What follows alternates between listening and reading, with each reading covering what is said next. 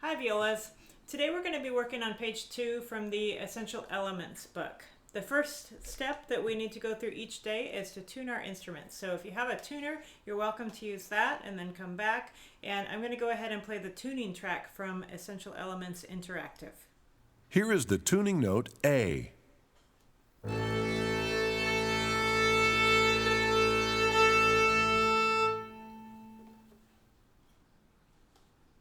Here is the tuning note D.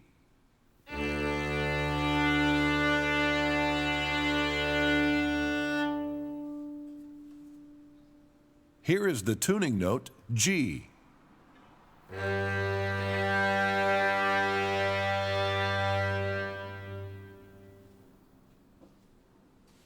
Here is the tuning note C for violas and cellos.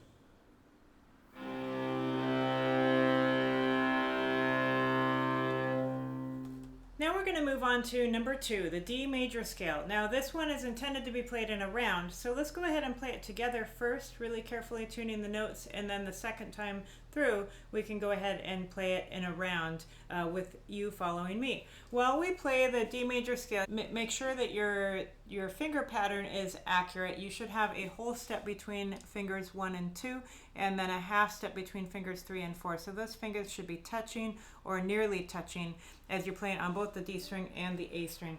And normally when we play our scales in class, we will repeat the top note. However, with this one, because it's designed to be played in a round, we're just going to play the top note one time.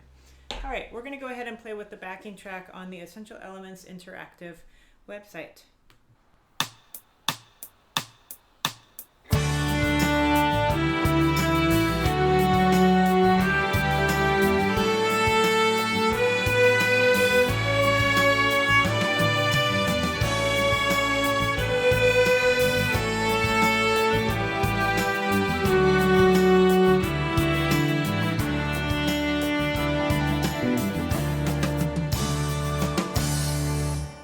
Good. Now you might have noticed that the backing track went on a little bit longer, and that is designed for when we play it in a round. So let's do it again. This time I'm going to play just the same, and what I'd like you to do is wait until I'm on my third note, and then when I reach my third note, right at where the number 2 is in your book with the circle around it, you will go ahead and start on the first note.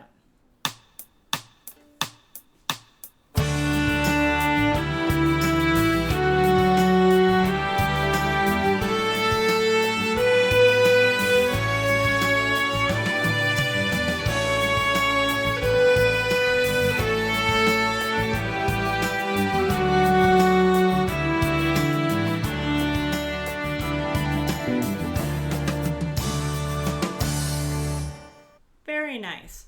The next piece in the book is called D Major Arpeggio, and an arpeggio is kind of similar to a scale, but you skip some notes when you play the arpeggio. So you're basically playing what we call the D major triad, one note at a time. The D major triad is a chord, and it features the notes D, F sharp, and A, and then we also play the D again at the top. So let's go ahead and read the notes, and we're going to play this with the backing track.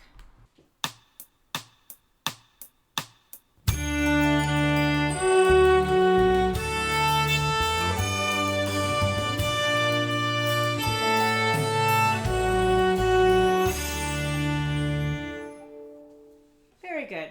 The next piece is called D Major Mania, and this one is a little bit longer. It's 2 lines, and you're going to be playing really all the notes of the D major scale here. So if it takes you a little bit longer to read the notes, you might want to go ahead and study this one on your own. Maybe play pizzicato before you add the bow.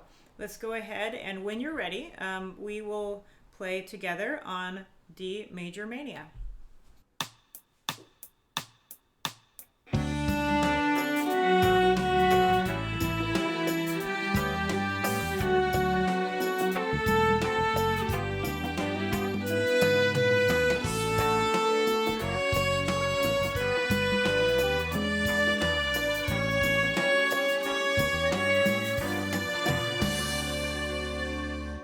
And then finally, the last piece on the page is Theme from London Symphony. This one does have some slurs in it, and so when the notes have the curvy line connecting them, you play those notes on the same bow stroke. So essentially you'll mostly be bowing in half notes, but sometimes you have 2 quarter notes within that half note bow. And there are some times when you bow quarter notes as well. This one is by Franz Joseph Haydn. We are using a legato bowing, which means nice, smooth, and connected. So let's go ahead and give this a try again. If it's too much for you to try and play, read the notes the first time, you might want to scaffold by starting with figuring out the notes, playing pizzicato, maybe naming the notes, and then gradually work your way up to the bow. What I would like you to do though is try and avoid writing in the note names. If you can get used to looking at the notes and playing them while looking at them rather than while looking at the letters, that's going to get you quicker at reading notes ultimately. All right, theme from London Symphony.